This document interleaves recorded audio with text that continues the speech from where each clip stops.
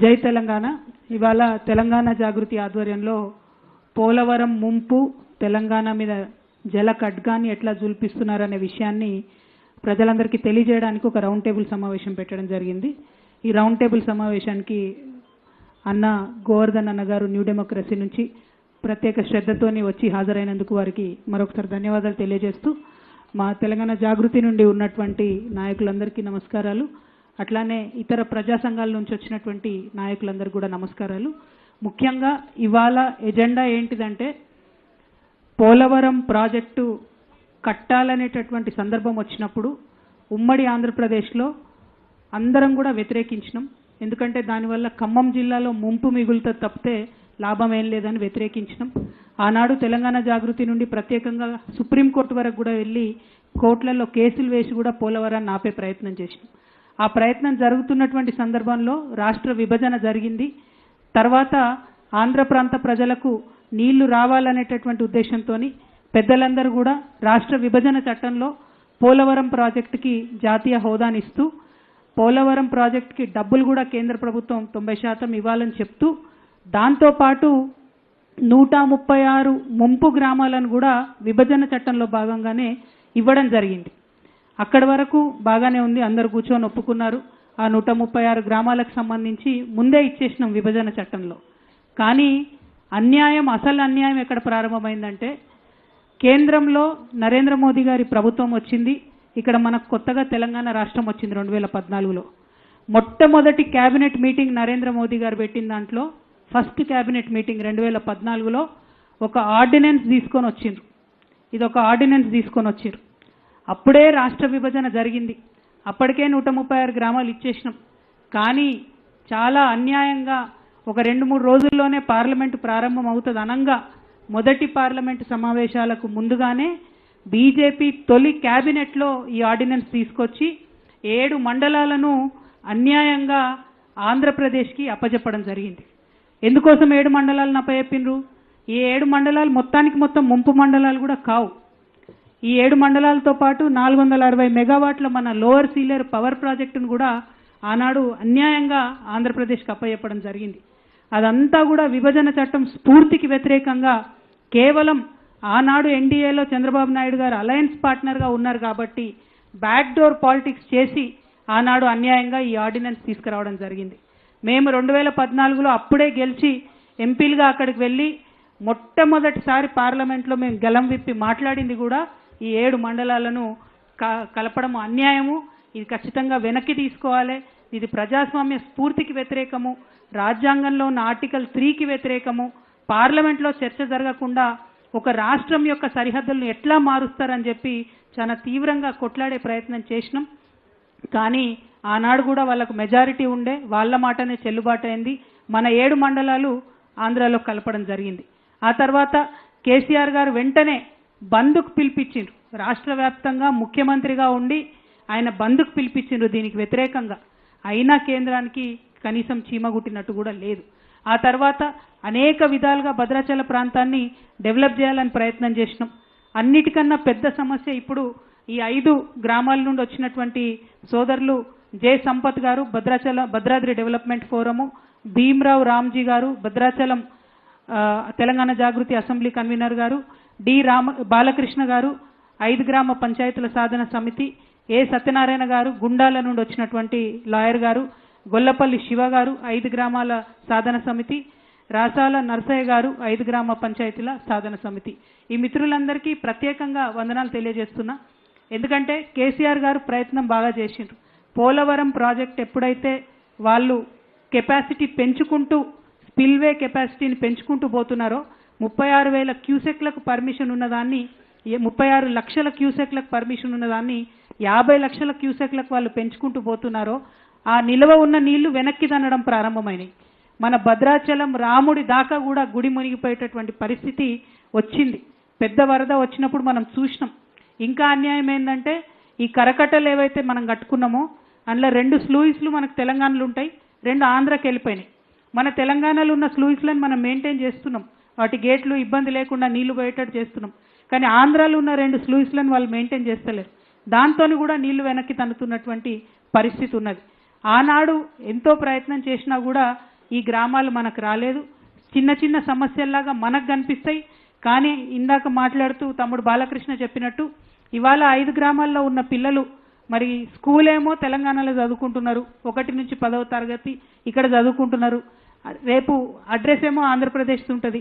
మరి ఉద్యోగానికి ఎక్కడ అప్లై చేయాలంటే పెద్ద క్వశ్చన్ మార్క్గా ఉన్నది. ఎవరు కూడా ఈ సమస్యను పరిష్కరించే పరిస్థితి లేదు. ఇంకొకటి ఏంది, ఎవరన్నా ఈ 5 గ్రామాలలో అనారోగ్యం పాలైతే ఆరోగ్యశ్రీ కావాలంటే, ఆంధ్రప్రదేశ్ ప్రభుత్వం ఆరోగ్యశ్రీ కావాలంటే వాళ్ళు గుంటూరు హాస్పిటల్ పోవాలి తప్పితే వాళ్ళకి ఇంకో మార్గం లేదు. మరి 5 గ్రామాల ప్రజలు వచ్చి భద్రాచలంలోనో కొత్తగూడెంలోనో వైద్యం తీసుకుంటే తెలంగాణ ఆరోగ్యశ్రీ వాళ్ళకు వర్తించే పరిస్థితి లేదు. ఇట్లా చిన్న చిన్నగా మనకు అనిపించినా వాళ్ళకి అక్కడ పెద్ద సమస్యలు.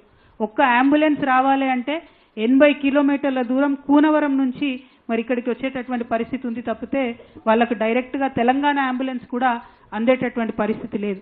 ఇవన్నీ కూడా మానవీయ కోణంలో ఆలోచించి పరిష్కారం చేయాల్సినటువంటి సమస్యలు.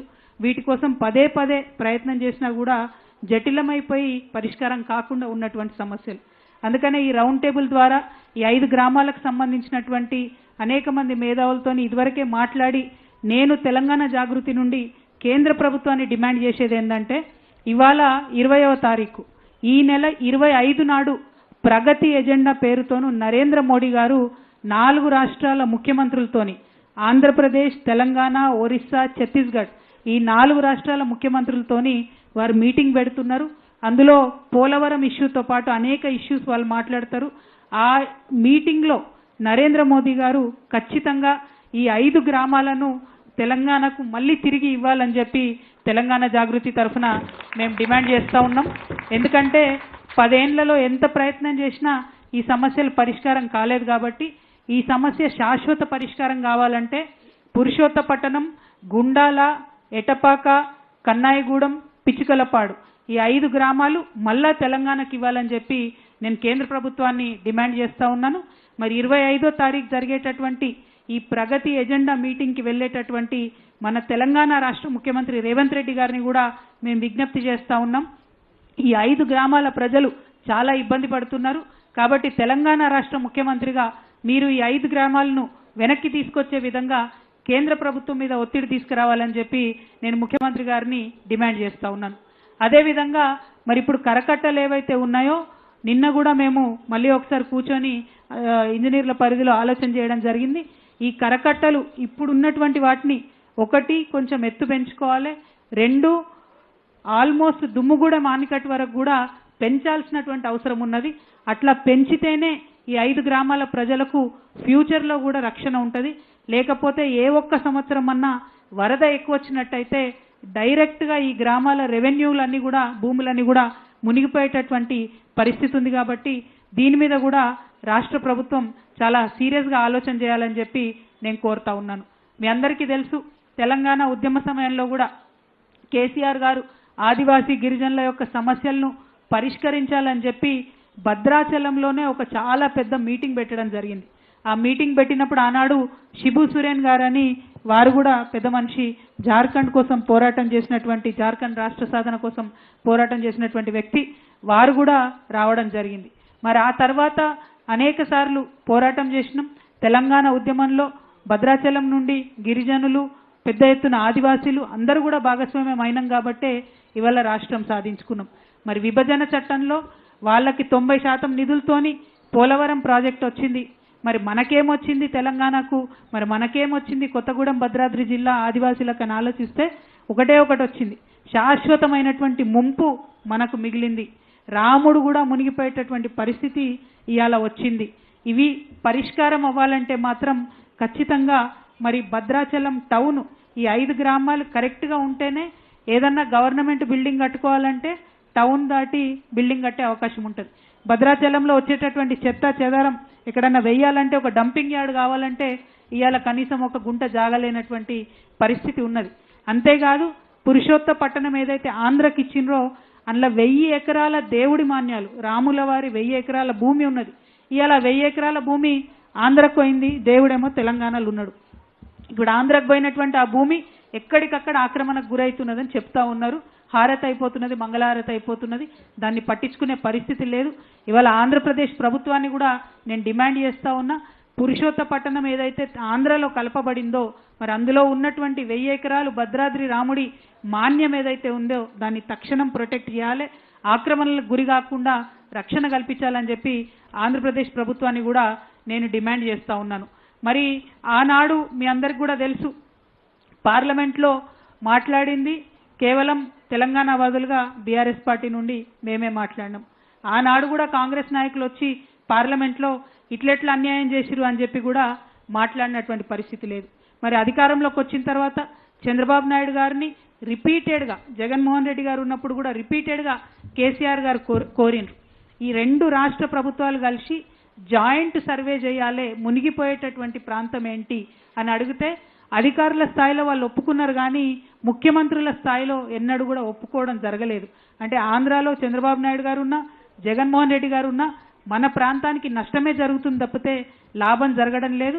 కాబట్టి మళ్ళీ ఒకసారి డిమాండ్ చేస్తున్నాం, మీరు పోలవరం ఇప్పటికే మీకు దాదాపు 30,000 కోట్ల రూపాయల వరకు కేంద్ర ప్రభుత్వం నుంచి నిధులు వచ్చింది, వేగవంతం చేస్తూ ఉన్నారు మీరు మీ యొక్క పనులను. ఇవి చేసేటటువంటి క్రమంలో 19,000 కోట్ల పైగా ఇప్పటికే నిధులు వచ్చినాయి. ఈ సంవత్సరం ఇంకా 7,000 కోట్లు ఇస్తామని చెప్తుంది కేంద్ర ప్రభుత్వం. అంటే పనులు వేగవంతమవుతుంది.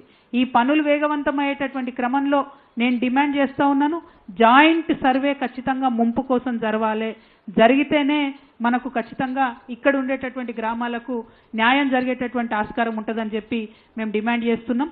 ఇక్కడ మన హైదరాబాద్లోనే ఉంటుంది కృష్ణా గోదావరి బేసిన్ ఆర్గనైజేషన్ అని ఉంటుంది, అందులో పోలవరం ప్రాజెక్ట్ అథారిటీ ఉంటుంది.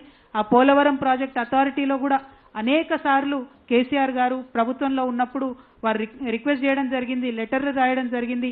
అయినప్పటికీ ఇల్లీగల్గా 36 లక్షల క్యూసెక్తో కట్టుకుంటామన్న పోలవరంను పెంచి 50 లక్షల క్యూసెక్కు మరి ఆంధ్రప్రదేశ్ ప్రభుత్వం కడతా ఉన్నది.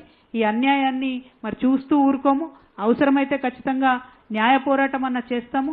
మరి మా 5 గ్రామాలు మాకు ఇవ్వాలి అని చెప్పి మళ్ళొకసారి నేను డిమాండ్ చేస్తూ, ఇక్కడికి వచ్చినటువంటి మా నాయకులందరూ కూడా మరి ఇప్పుడు మాట్లాడతారు. నేను ఇంట్రడక్షన్ ఇవ్వాలి అన్నటువంటి ఉద్దేశంతో ఇప్పుడు మాట్లాడడం జరిగింది. ప్రధాన డిమాండ్ ఒకటే, మా 5 గ్రామాలు మాకు ఇవ్వండి, కరకట్టలను దుమ్ముగూడ మానికట్టు వరకు కట్టండి. ఈ డిమాండ్లతోని ఈ రౌండ్ టేబుల్ కాన్ఫరెన్స్ చేస్తున్నాం. అవసరం, సమయం, సందర్భం బట్టి రావాలంటే మీరు అన్నట్టుగా అక్కడికే పోదాం, అవసరమైతే అక్కడ కూడా ధర్నా చేద్దాం గ్రామాలలో, అది ఇబ్బంది కాదు. కానీ మనకు మన హక్కులు సాధించుకోవడం అన్నదే ప్రధాన లక్ష్యం. కాబట్టి ఇక్కడికి వచ్చిన ప్రతి ఒక్కరు కూడా మీ బాధను, మీ యొక్క డిమాండ్స్ని తెలియజేయవలసిందిగా కోరుతూ